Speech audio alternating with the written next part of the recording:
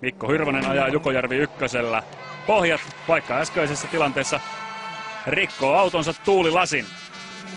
Urja kakkosella menee rikki sitten paljon enemmän muutakin. Ja nyt keskeltä Masen täys heittää 100. Hae oikein loiva ylinypy heittää tarkka.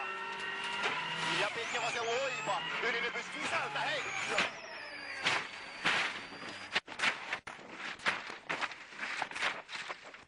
Hurjavauhtinen ulosajo. Monta kertaa auto katon kautta ympäri ja Hirvosen kisa päättyy tähän. Tämä on Hirvosen uran pahin ja vaarallisimman näköinen onnettomuus. Mutta autokunta kömpii romusta ulos, vaikkakin hieman pyörällä päästään.